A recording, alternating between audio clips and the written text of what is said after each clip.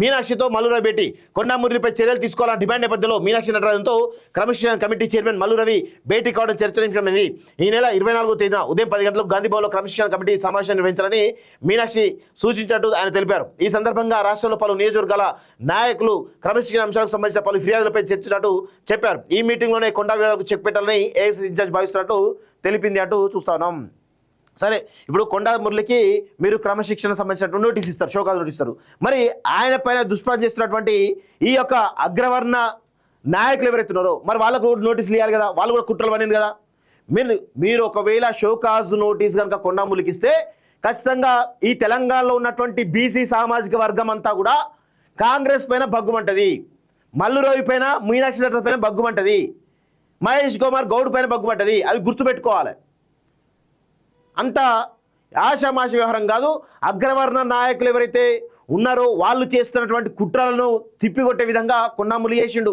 మీరు ఆ బీసీ సంబంధించిన మహిళా నాయకురాలని కానీ లేదా బీసీ నాయకుడిని కానీ మీరు షోకాజ్ నోటీస్ ఇచ్చి ఇబ్బంది పెట్టాలంటే ప్రయత్నం చేస్తే మాత్రం ఖచ్చితంగా మాలాంటి శక్తులం ఖచ్చితంగా నిలబడతాం, వారి వెంబడే నిలబడతాం, కలబడతాం. మీతోటి ఖచ్చితంగా ఎంతవరకు బీసీ సామాజిక సంఘాలన్నింటినీ కూడా ఏకం చేసి మీ పైన కాంగ్రెస్ పార్టీ పైన పోరు చేయడానికైనా సిద్ధంగా ఉంటామనేటువంటి విషయంలో గుర్తుపెట్టుకోవాల్సిందిగా మేము కోరుతా ఉన్నాం. అసలు ఊరుకునేదే లేదు బీసీ నాయకులు ఏమైనా అంటే ఖచ్చితంగా తిరగబడతాం అనే విషయంలో గుర్తుపెట్టుకోవాలి. మొత్తం ఈ స్థానిక సంస్థల ఎన్నికల్లో మీరు ఇప్పుడు నోటీస్ చేయండి, చూద్దాం. ఇప్పుడు ఇవ్వండి స్థానిక సంస్థల ఎన్నికలు మీకు ఎట్లా సీట్లు వస్తాయి మేము చూస్తాం. బీసీలందరూ ఏ విధంగా మీకు ఓట్లు ఇస్తారో మేము కూడా చూస్తాం.